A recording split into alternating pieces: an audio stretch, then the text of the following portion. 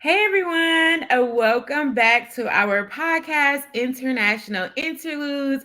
I am super excited about our guest today because, as you know, on this podcast, we talk about solo traveling and dating and love abroad.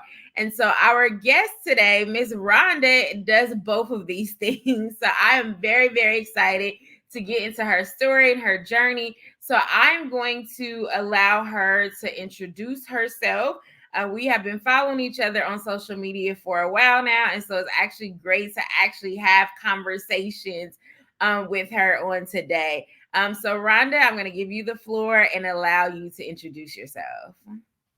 Hi, good afternoon, everyone. My name is Rhonda. I'm gonna not put my last name out because it's about to change, first of Okay. all.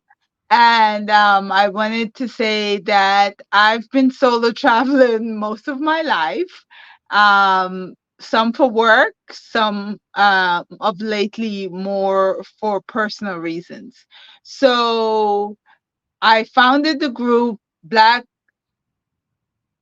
Girls Solo Travels, and it has about maybe 46 to 47,000 Black female travelers.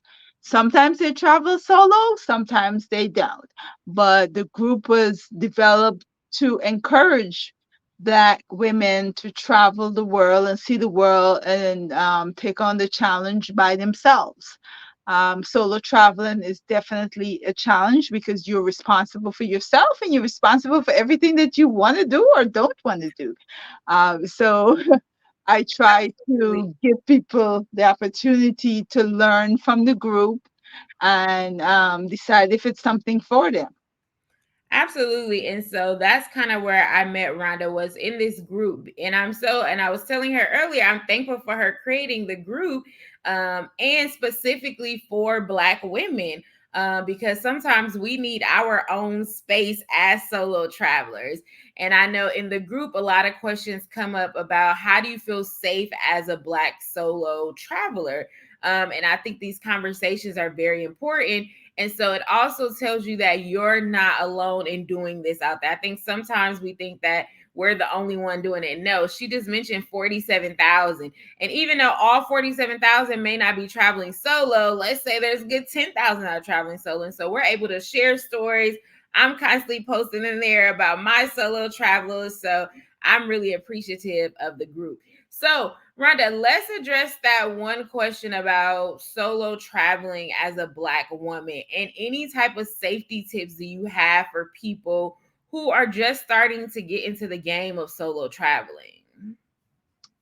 First, I think you need to do the research of where you're going. So, the State Department, we're based in USA. So the State Department has warnings or levels of security. Um, that might not always be accurate of what's happening on the ground. True. So I know that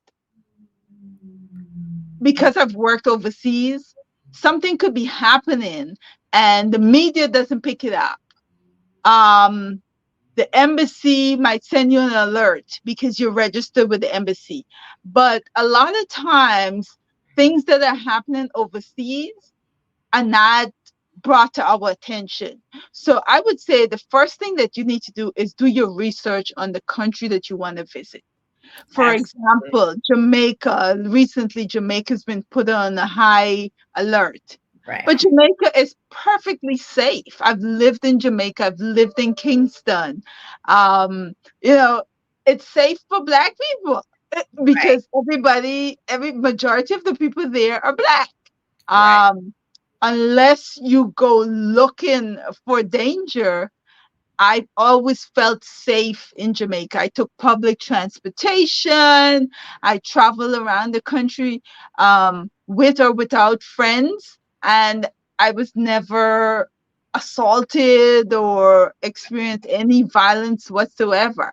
Right, right. Most of the time, I was like, Rhonda, you make a good point that we should sign up for the department just for alerts, but also at the same time take in consideration that there's a US a travel warning. We live here. I'm in California, Rhonda's in New York. And again, we have to be conscientious of sometimes the stuff that they put out there.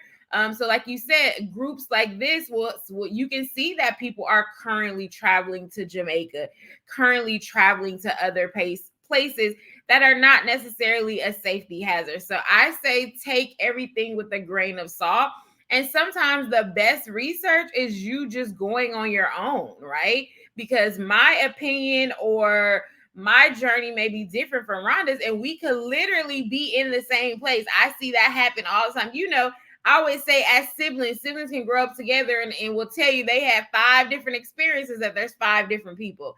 So definitely be aware of some, and I would say some of the biases too about what is safe and what is not and different things like that. And two, I also find, Rhonda, you mentioned, unless you're looking for trouble, I go to Mexico a lot and they're always talking about the cartels. And I was like, yo, I've been to Tijuana, I've been to Cancun, I've been to here. And yes, there are cartels. We're not going to lie about that. But are the cartels coming to look for me and you? Probably not. Unless you deep in the game, these people are dealing with, millions of dollars. They're not worried about me. And so again, I think we should keep those things in mind for sure. Exactly. And then the other thing I think I tell women, remember where you are, because your protection or your safety is dependent upon you. So if you, for example, drink alcohol beverages here in US, and you could safely Uber home, it might not be the same in another country. So I tend not to drink alcohol when I'm traveling overseas, or if I don't have a secure way of getting back to my hotel, or if the hotel doesn't have a bar, I don't drink. And then I try not to stay out too late at night for my own safety. In some countries you can do so, because the event that you're going to is a night event.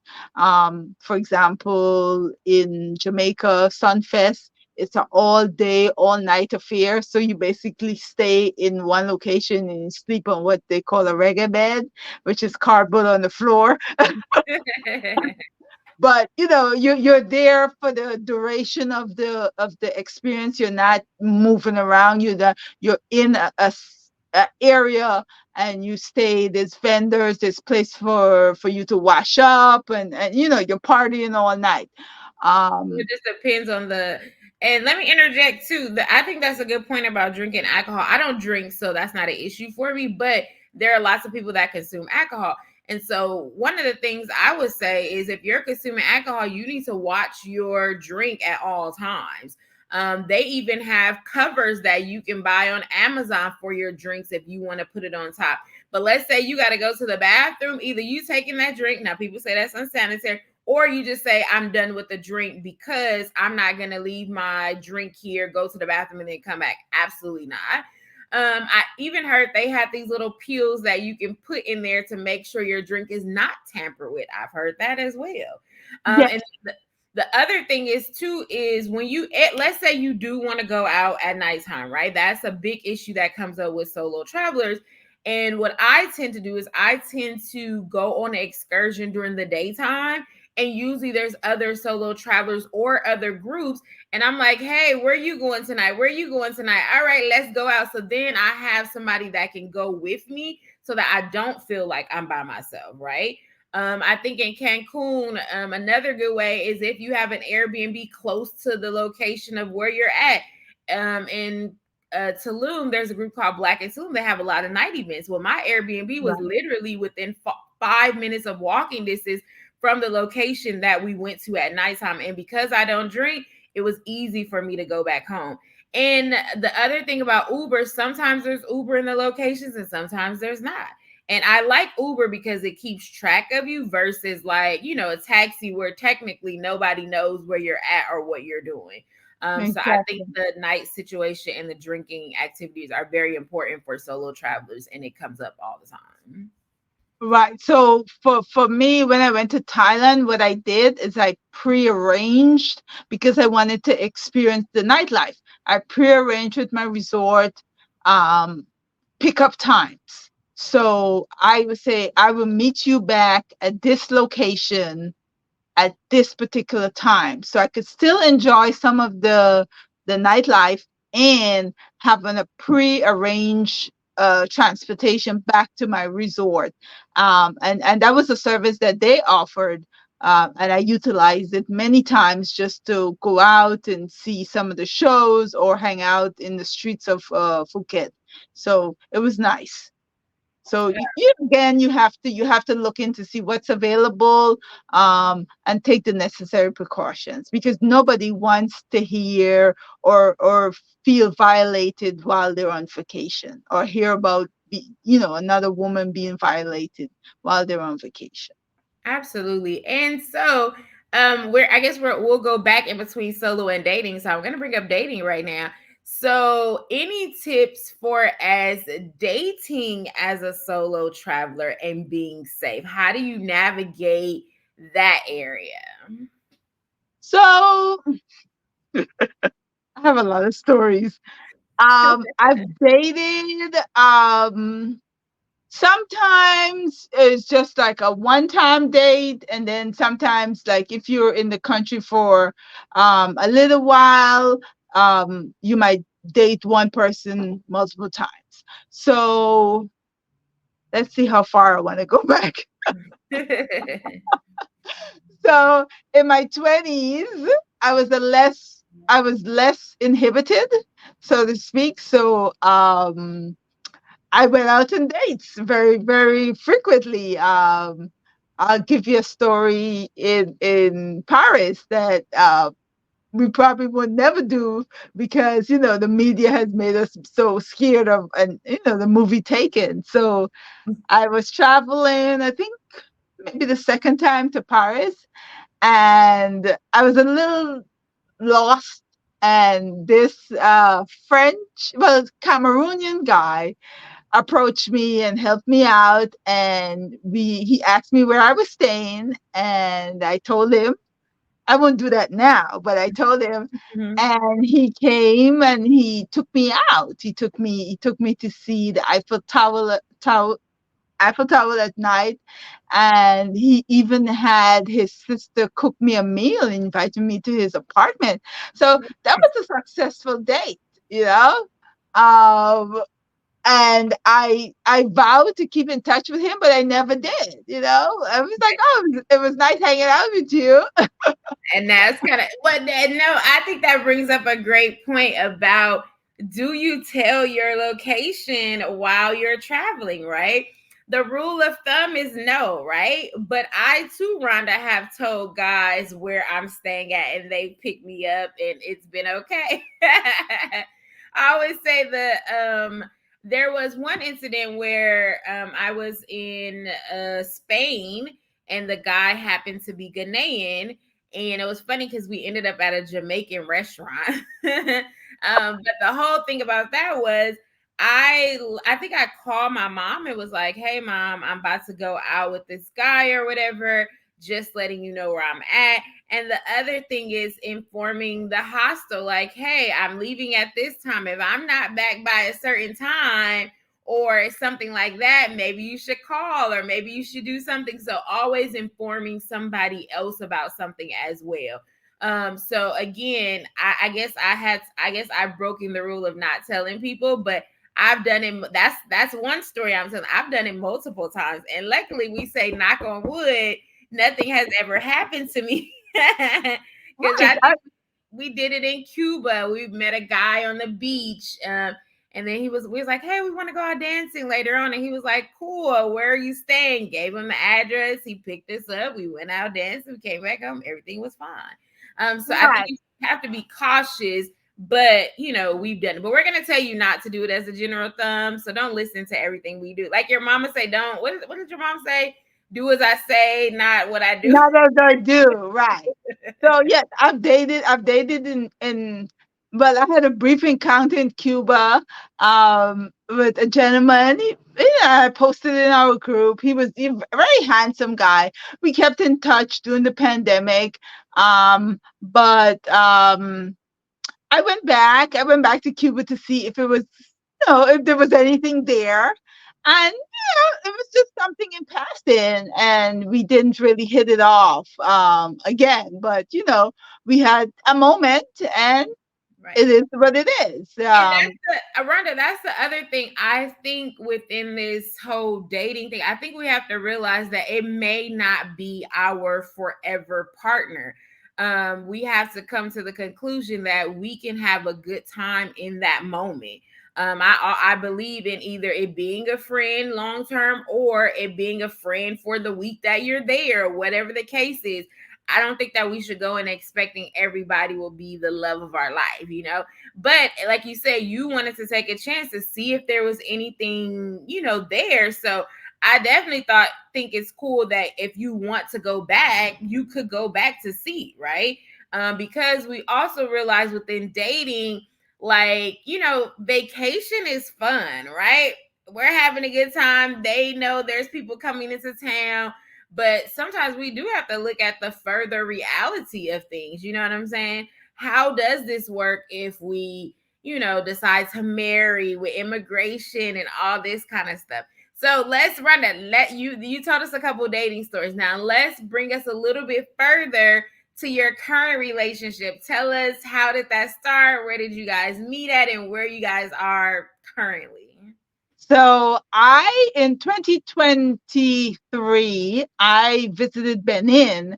I wanted to do the Voodoo Festival. I came across in another travel group I was in, and I said, "Oh, this is something that of interest to me." So I worked with a tour guide that was promoting Voodoo Festival, and I got to the Voodoo Festival, and I see this gentleman. He has beautiful locks, and I'm sitting behind him, and I'm admiring his locks. And I hadn't seen his face. I was just sitting behind him, and I was like, wow, and I was so tempted to touch it. You're like, oh, I just want to run my hands through this beautiful hair that's sitting in front of me.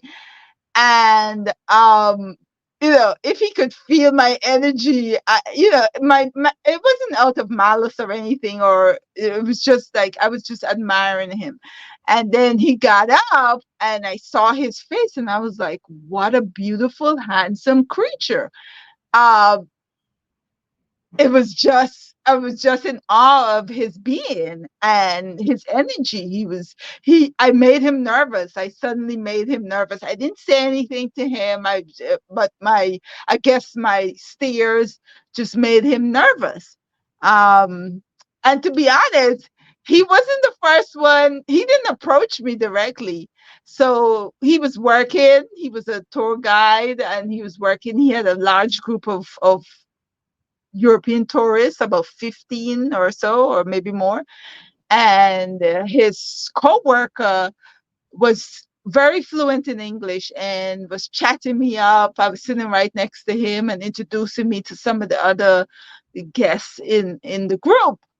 And his co-worker took my number, but he texted me. Wait, so was the coworker the wingman? Was I he? guess so. I Okay, guess okay, okay. so. Because my guy is very shy. I could see that he was shy because I made him nervous with my stares, I guess. But he texted me later that night. We went back to our hotels. I didn't say hi to him or anything. I never said a word to him. But I looked at him, I guess, with longing eyes. I don't know if that's a good thing or a bad Okay. but his friend gave me he later told me he asked the friend, do you have that lady's number? And he texted me and he introduced himself, and I said, I know who you are. I guess the universe was aligned, and we have not stopped chatting calling and seeing each other. I've returned to Benin and Togo for 4 times. So we continue to Do talk you, Rhonda, do and you speak date. French? I speak a little bit of French. I used to work for a French company based in Paris, Wow. but I practice more Spanish than French in New York. So, but I still have some basics. So, and he speaks English, so it wasn't an Just okay. issue. Cause just to point out, Benin and Togo are French speaking countries. So that is the reason why I'm asking her, does she speak French? I speak not a lick of French. And so I definitely needed a tour guide while I was in Togo and Benin. And it was hard for me in Senegal again because I don't speak French. So the good thing is that he speaks English and you speak a little bit of French. Okay. Right. So we're able to, like, some things he would say, I don't understand it in English. Okay, because I might use a word. So I would say it in French for him. And if you know anything about the French people, they always correct you. So my accent is a little bad. So he's constantly correcting my French, but I don't correct his English. Because I think he is learning, and anybody that speaks more than one language more that your brain is already way advanced than mine. So I Right. try not to correct his English, but I try to differentiate between he and she, because he will say she, and I'm like, who are you talking about? Which woman are you talking about? He's like, no, this is a man. I said, oh, well, you need to say he. That's the only time I correct him, because at first it was very confusing for me for him to hear him say she all the time. And I was like, why you keep talking about women? Wait, so is there a reason why they use she often, or is it in translation I that's think it's in translation. oh, So I always correct him in French of what the French word for he is. oh, So I would say il, not she. Il is he. Il is he. So okay. anyway, Il we is kept he in French. Okay, good. right, right. So we kept talking, and then I wanted to get to know him a little better. So I think I spent 10 days, 9 days in Benin, and I went to Togo for 2 days. And he said he's going to come and meet me. So I said, no, you're still working, because he was still with his group. So he took off 2 days, and he came and he met me in Lomé, and we talked. We talked about, he said he wanted to explore what the feeling he felt from me, the energy, I guess. Okay. And so we spent the day just talking, getting to know each other, sitting on the beach in Lomé. The beach scene is a very nice scene. I like to eat, so fresh seafood. Yes, if you guys have not been to Togo or Benin, you have to go. I feel like it's two of those countries that are not explored as of, and maybe by European countries, I feel like they're explored because they speak French.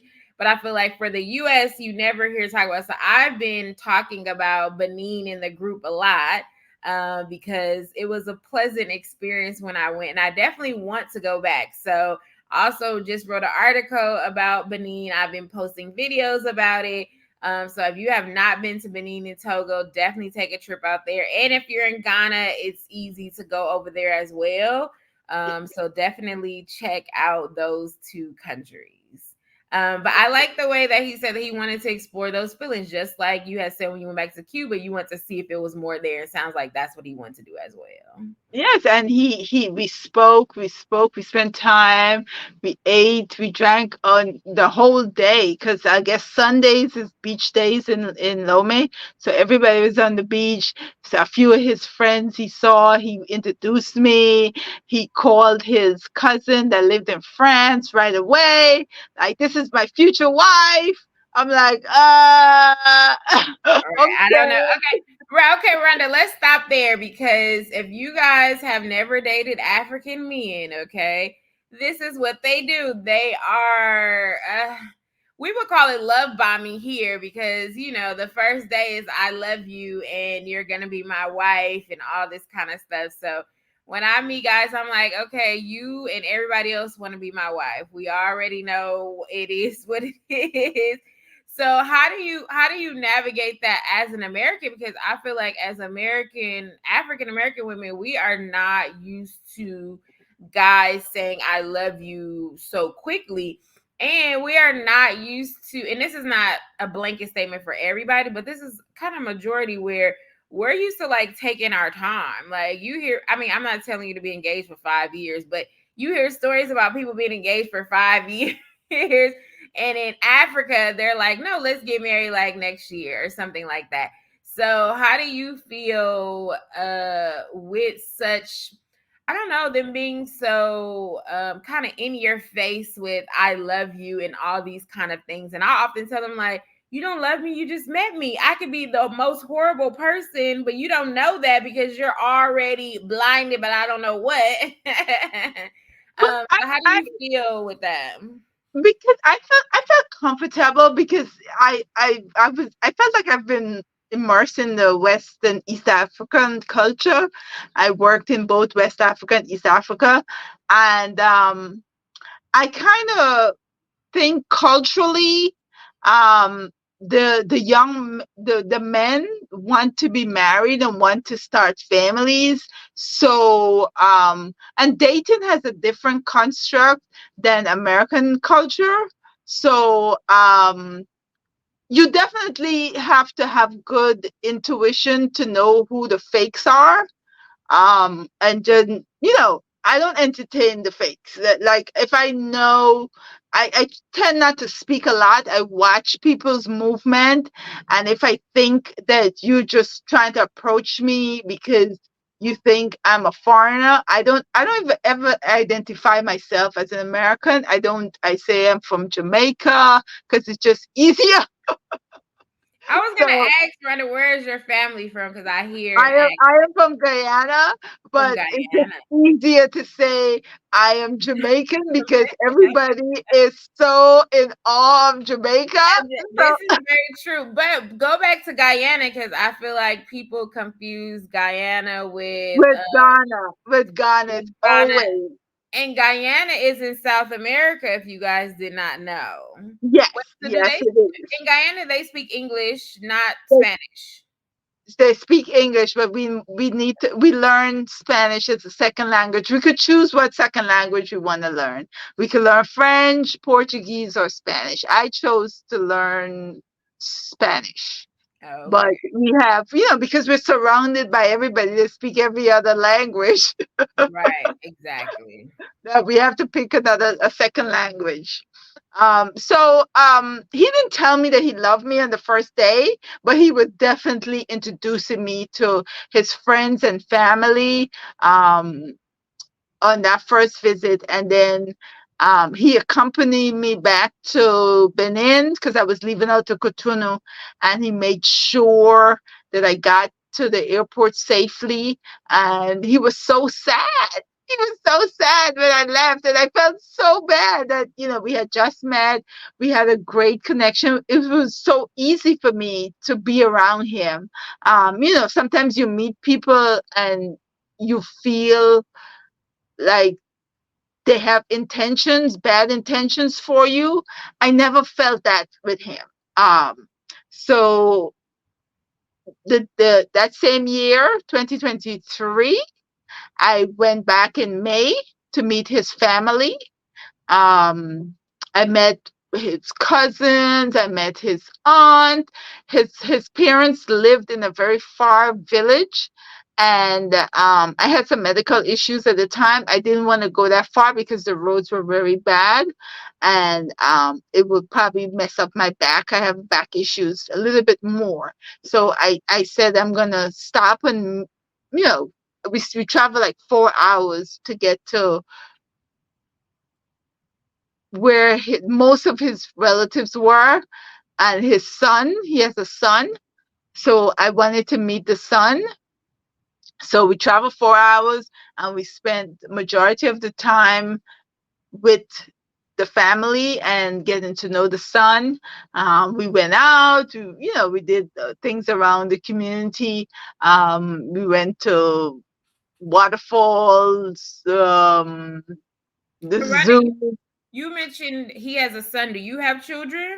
I do not have children, Okay. but it was important for me to meet his family and to see the dynamics of the relationship between him and his son and him and his family before I made a decision of whether I want to go forward with the relationship. I have a question for you, Rhonda, because you mentioned young man. So is there an age gap? Yes, there is an age gap, Okay. and I am comfortable with him. He if you know, African men are very mature. They're very mature. They're mature beyond their years. And I feel like I have a young spirit, but yes, we do have an age gap. So is the age And gap 10 or 15 or younger? 15 years. 15 Age years. gap. And so Yeah. that this is an important question. You don't have to answer or not. My question is, a lot of African men want families with their wives. So is that going to be an issue? Has that topic came up, or you guys are like, hey, he already has a son, I don't have any children, and we're both cool with raising the family as is? We are very fine with raising the family as it is. We discussed it at length because I am not willing or want to have children. Okay. And we are content with the one child. He had the relationship was a little traumatic on his side, so he has some relationship traumas, and we're okay with the one child. It's a boy, and we said we could have many grandkids from him. So I am happy with that decision. He's comfortable with the decision. We talked about polygamy. We talked about I'm a very communicative person, so I put everything that I knew about the culture On the on the table. table. And So do they believe in, so polygamy big in Benin? in Togo, yes, it is. Yes, it is. Even in Benin, you can choose the type of marriage that you want. You could do culturally. You could do a cultural wedding. You could do a registrar wedding. And then like in Nigeria, sometimes they do like the white wedding.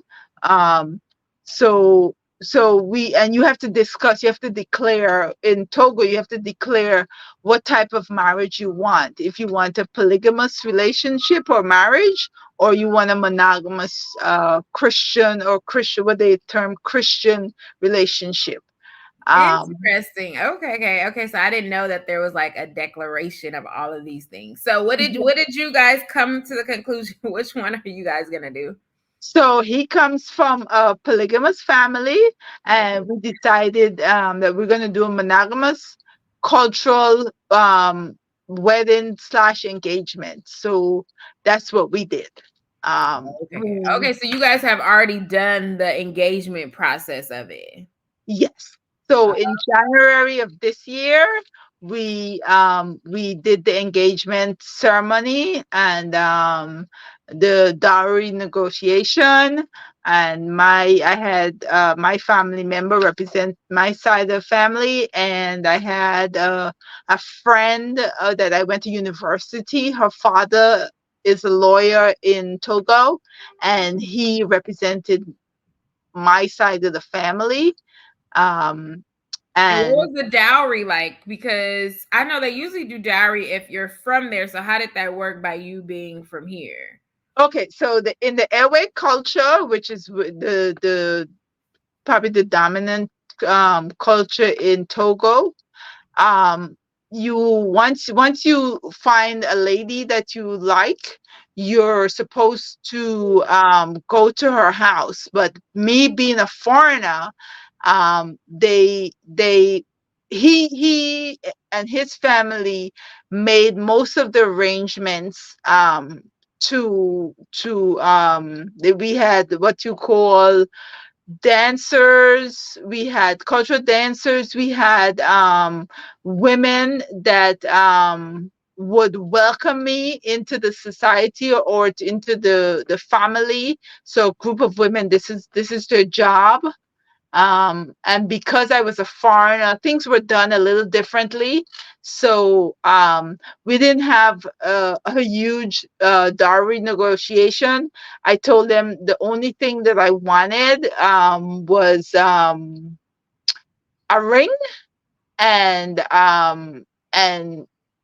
African fabric, because I did not want it to become outrageous, and I didn't want it to be tension between our families, because it could get ridiculous, and Are if there you had. usually part of the dowry? Is there usually animals involved normally? Yes, they did kill a goat for me. They did kill a goat because I requested. Yes, I did request a goat also.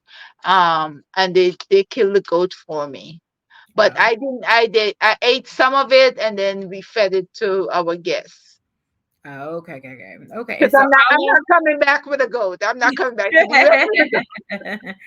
So how long did the whole process? Was it over several days or was it just one day? So most of the negotiation was done over the phone, and then back and forth, and him trying to work out what he can afford, and so forth and so on. And then on the day of the engagement ceremony, I was presented with all my dowry. Oh, okay, okay, okay, okay. Yeah. Super interesting. I'm glad you were telling this story. I kind of briefly remember you mentioned it in the group, but to hear it, I'm like, oh wow, okay, so that's cool. That's different. And this is one of the reasons why I love to travel is because I love to hear about cultural differences. We're from the diaspora, they're from the continent, so you guys are literally kind of like bridging the gap at this point. And so my next question is well, let me go back to this one question. You have mentioned relationship traumas. And so, how is he currently working through that to be prepared or to be a better husband to you? And have you had any relation traumas? And how are you preparing yourself to become one? Because I think a lot of times we get into relationships and we're broken. And so when you have two broken people, you have a broke relationship. It doesn't become two broken people don't become whole. Okay. So how are you guys working through those things to kind of ensure, the goal of marriage is to be forever, essentially, right? So how Right. are you guys both working on yourself to become as one?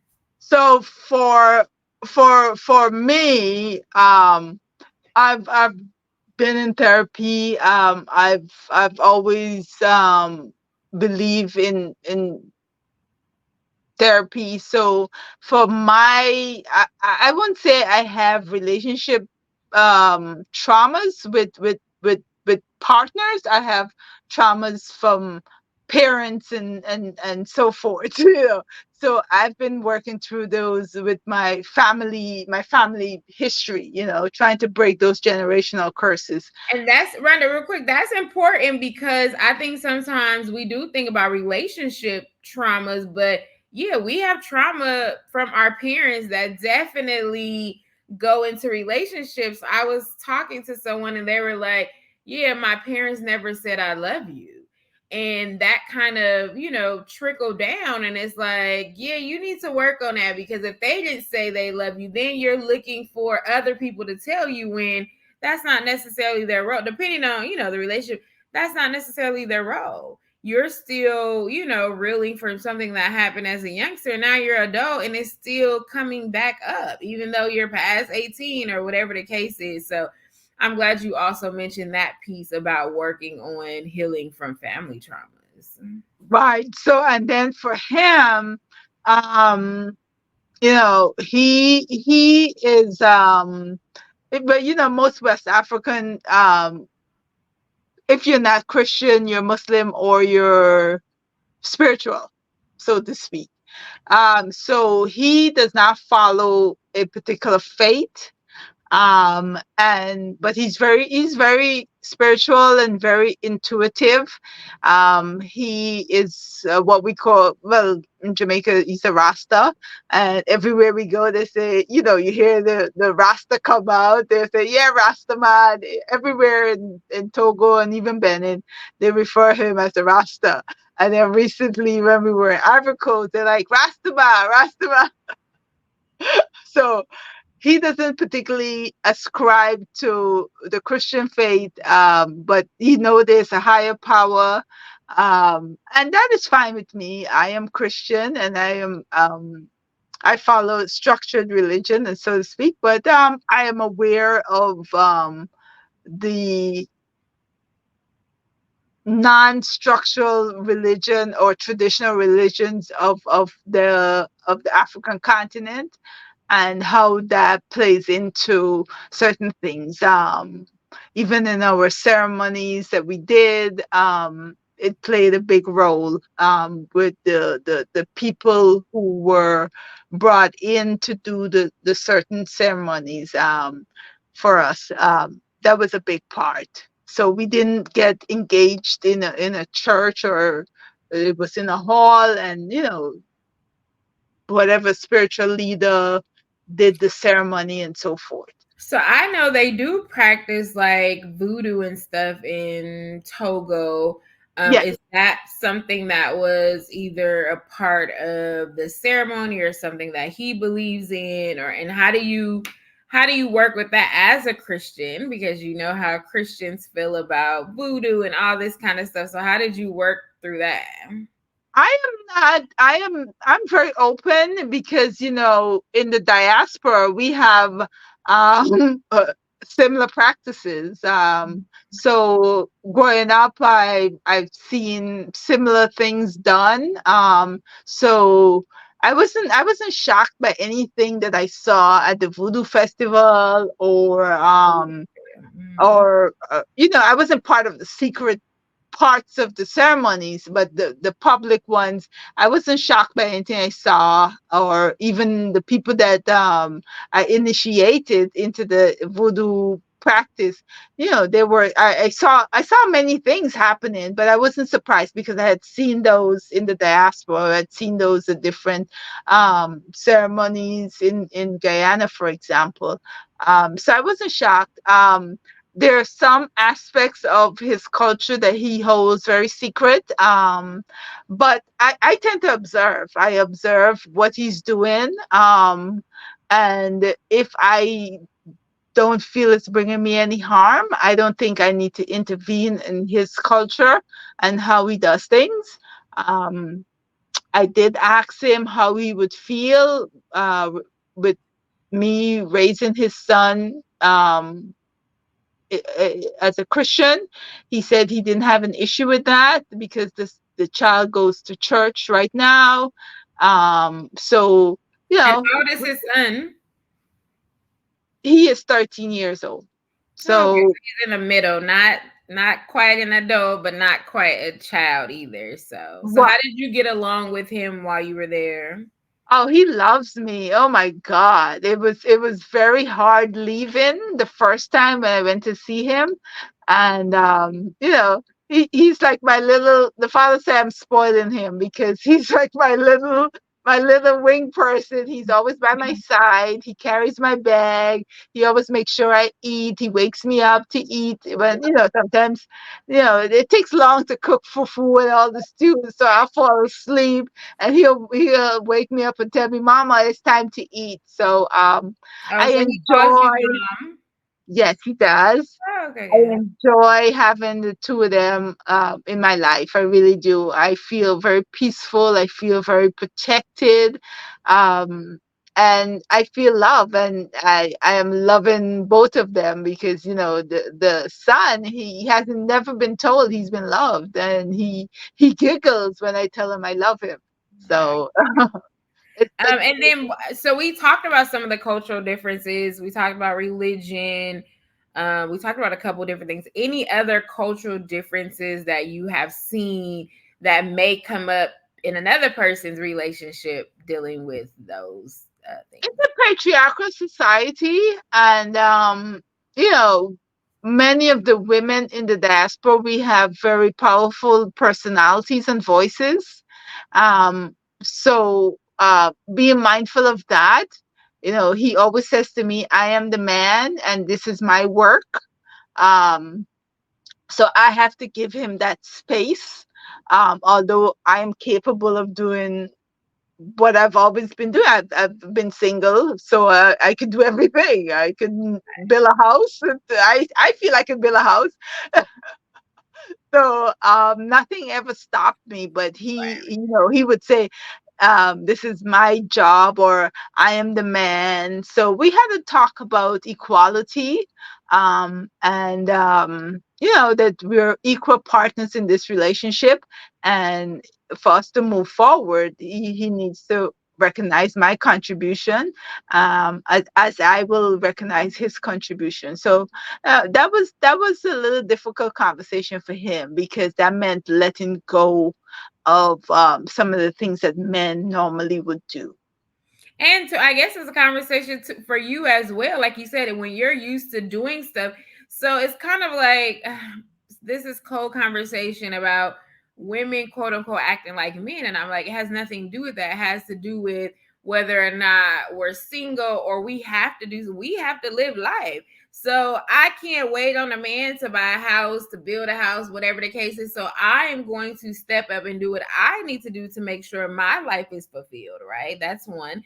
And then two, when you have somebody to be the man, you have to also learn how to step back. So it's a good thing in a sense, because you're like, okay, there are certain things that I don't have to worry about.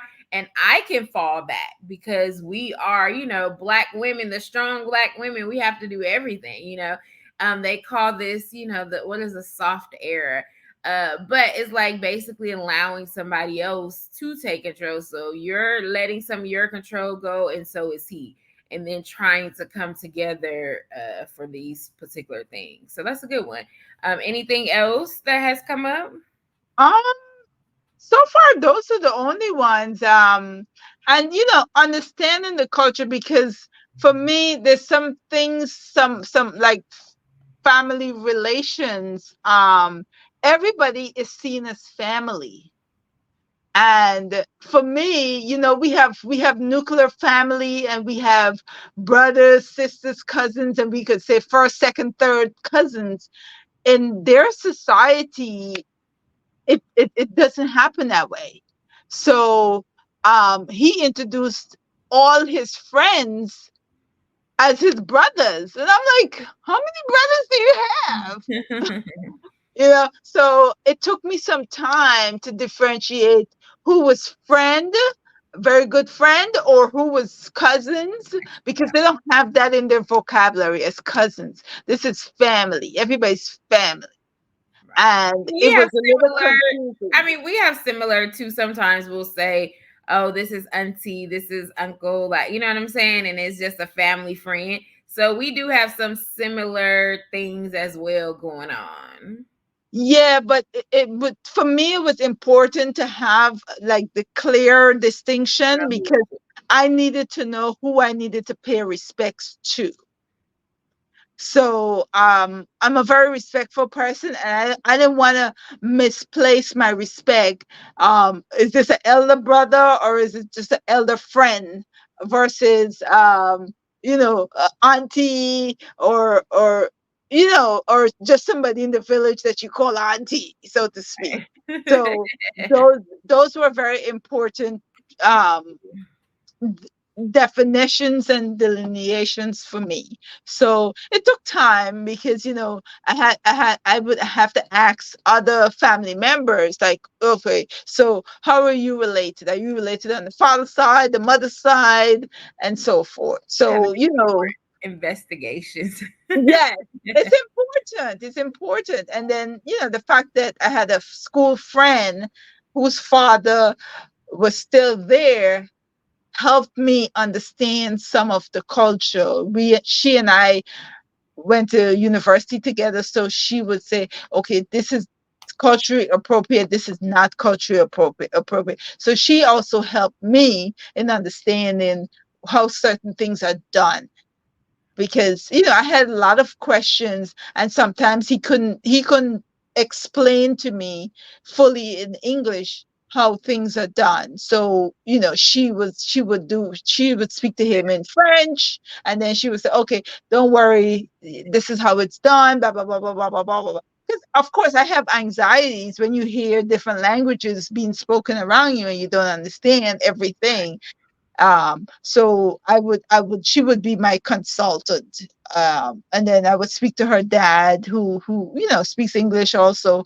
So I would speak to the two of them and to get a better understanding, because I have to protect myself also. Um, So, that's just the way it is. so yeah, I agree with that. So tell us, when is the wedding? And the other question is, are you going to be moving to Togo? Is he going to be coming to the US? What's the So next we step? filed the K1 visa, which is the I-129 fiance visa for him and his son to move here to United States to be with me. So we're going through that process right now. So as soon as the process comes to an end, and he's approved, we'll have a wedding here in New York. Oh, And then maybe in later years, we're going to retire to Togo. So okay. So um, that's the plan. Okay. that's the plan. That's a long-term plan. We're gonna start. We already start looking for land so that we can acquire. Now that I am his wife, I could buy property. Okay, okay, yeah, that makes sense. Okay. Well, if you're throwing a big wedding, put me on your inviting list. Yes, ma'am. Yes, ma'am. Yes, ma'am. Okay, So so this has been a great conversation. So um, one of my last questions is, if there is somebody dating or about to get married or anything, what advice would you give them? As a solo traveler to now being engaged into, getting married soon enough, what advice would you give someone? I would say stay alert. Look for red flags and green flags. I had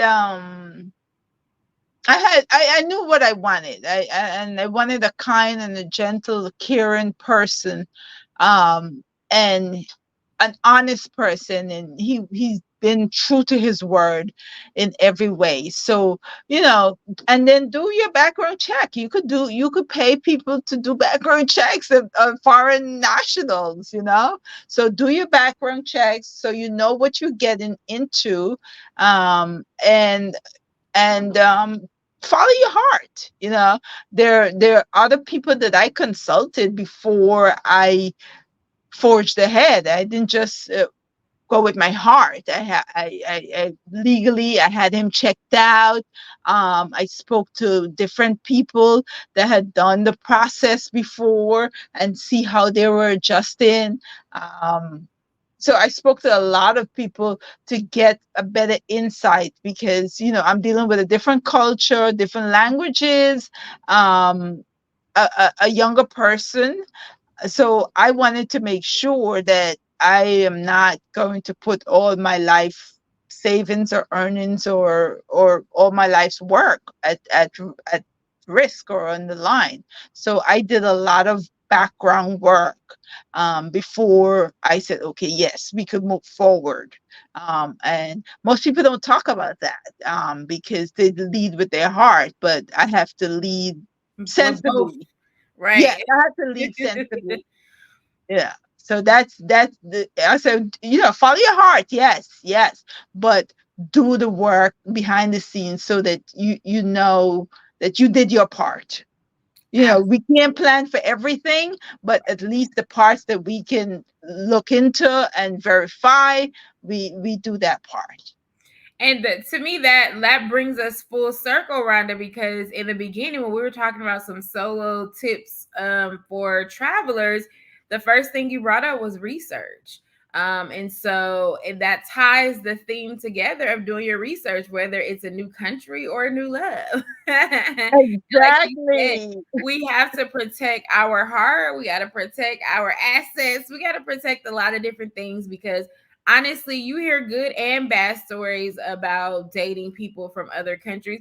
But again, we're in the US where the divorce rate is high. So it's not a matter of like a country or a place. I think it's a matter of the heart, right? Because you're going to have good people and bad people in the US, Europe, Asia, and wherever else we're at. Rhonda, please let us know where people can follow you. Where can they follow your journey? How can they follow the Facebook group? Let us know all of that information. So I am on IG, Rhonda Mona 3, but mostly my stories are posted in the Black Girl Solo Travels group, and join, or request, answer the questions, and request membership, and we'll get back to you in 24 hours. My personal page, I don't really post that much on that page about my relationship, because I want the experience to be, most of my experiences I share with the group. My personal page, I might share political and other stuff, but mostly for the group, I want women to know about others women's Black experiences around the world. So I post all of my content in the group. So um, my IG have some personal stuff, but I prefer that you go to the group for travel related content related to Black women solo traveling. Okay. All right, Rhonda. Thank you so much. This was a lovely interview. And I can't wait to work with you some more. And it was very interesting hearing your story. And I definitely think that people can learn from it. And I will say stay tuned because I am putting on a solo conference later this year. So stay tuned for that particular information. And also, if you want, these are not solo trips, but if you want to join us in Egypt in November, Ghana in December, definitely make sure that our audience is listening can join us. And we'll talk to you all later. Thanks. Okay, thank you for giving me this opportunity. I really appreciate it. So, peace out.